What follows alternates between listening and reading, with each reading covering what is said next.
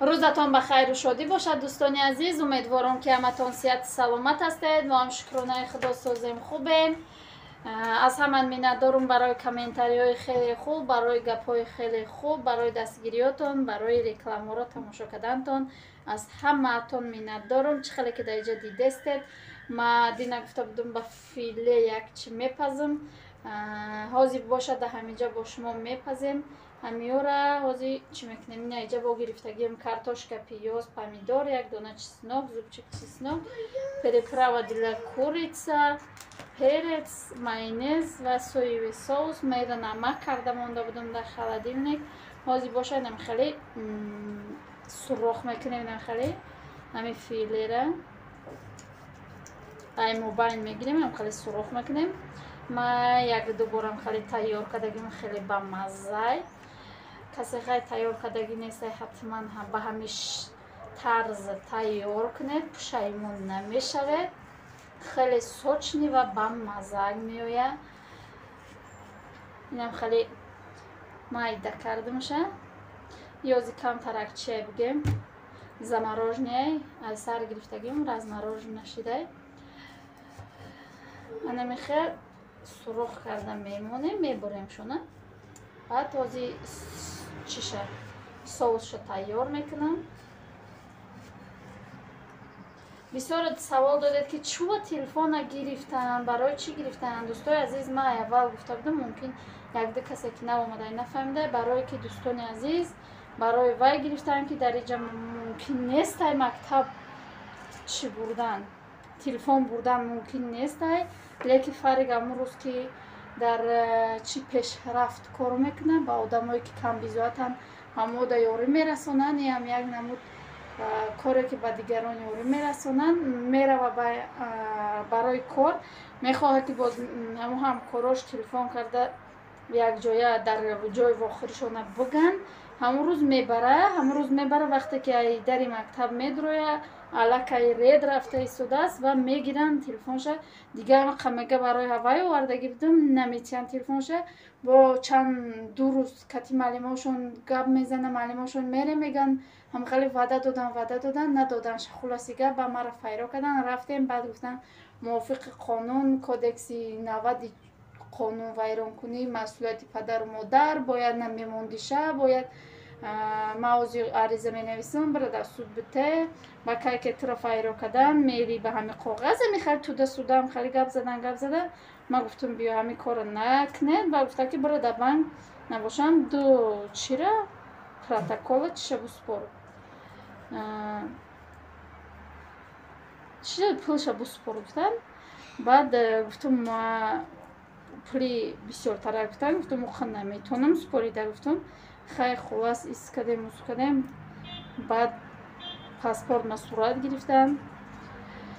همین خیلی گرفتیم تلفن آمدیم. همین سبب ممکن نیست در مکتبای تاجیکستان کسی که نمیدونه وابشه قانون همین خیلی که ممکن نیست طلبه مکتب در گوشپاری تیلو کلون مایدگ ممکنه کلون انگشتر نوی تیلو دستبند گریبون банд бигем спочка вообще мумкин нест, сатр хеле чизо мумкин нест. ҳамин сабаб қонуни навай барои ҳамин.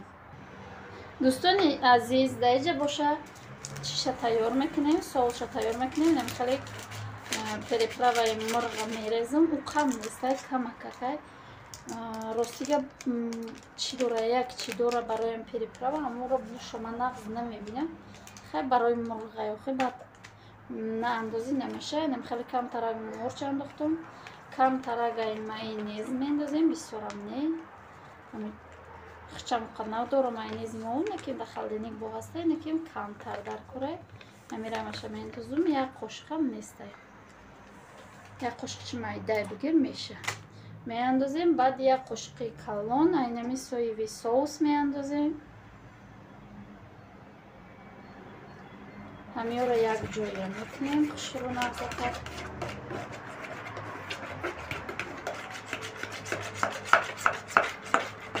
همش قشر رو یک جایی شد. بعد همین فیله ها رو در همین میاندازیم و хушрӯ бод якҷоя мекунем дар филе ва камтарак як ду қошиқ равған меандозем ша. Ду қошиқи калонак равған меандозем ша.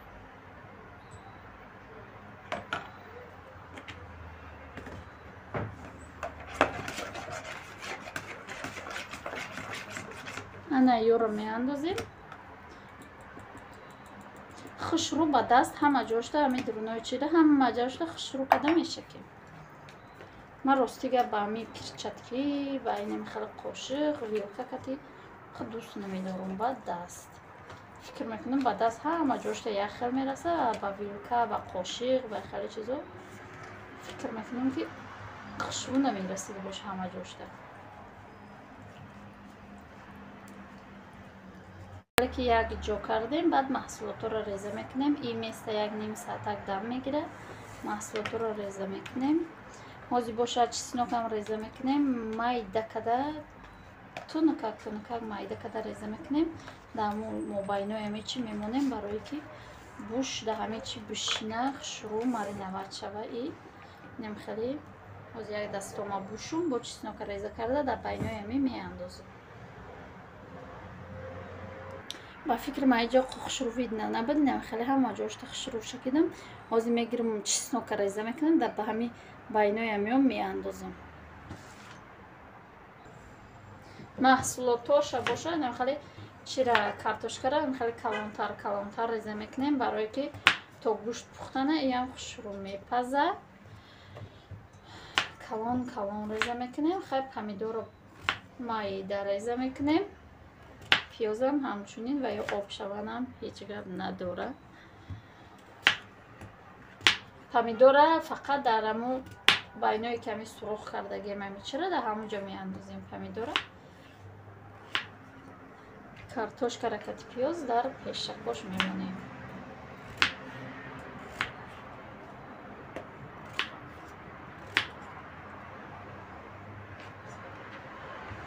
реза карда шидам бо исун маҳсулотро бо нишон медиҳам. дӯстони азиз ҳами хел формочка дорем. ҳами формочкада ина равған мекунам. баъд мурғора мемонам.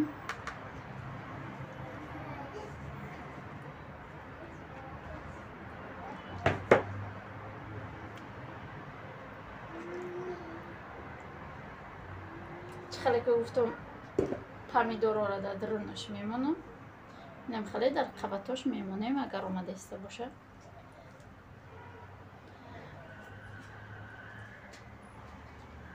барои сочни омаданаш. ростига мо я эфир дорем амир ҳам хел пухтагиён. хеле бамаза омадагӣ буд ҳамунҷа ҳамун эфирда беҳад бигем сочни хушрӯ омадагӣ буд. то ма хайр хуш када нақати подписчико кӯдако хӯрда будам. ман тада ҳамун эфири иққа чашидам. ҳамун хали кӯдако хӯрдам. ай бамаза гиша.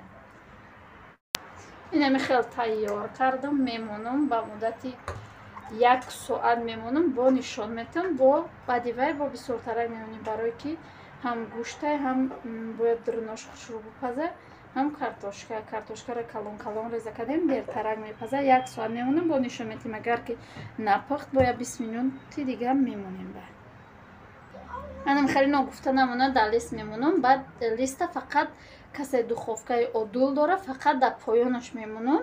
ҳамин 1 соат фақат дар поёнаш мемонам барое ки ҳам листай ҳам яй тагиш намесӯза. барои ҳамин дар поён мемонем. дӯстони азиз ина баъди 1 соат 20 минут фариза надодак телефон тамошо кардеста буд. ман хеле пухтай чӣ мекунам. ҳозир мегирам як тиша дар али баъд нишон метим дурунша сочни хушрӯ. хай картошкош видно ки пухтага. нем хеле хӯроки бамаза ки мо тайёр шид. на картошкош мулоима на дурунашон мулоима пухтагӣ бо ба пиёз вообще анаки ина گوشتمونه درنش بیاید مباین ترش نشون میدیم کنم.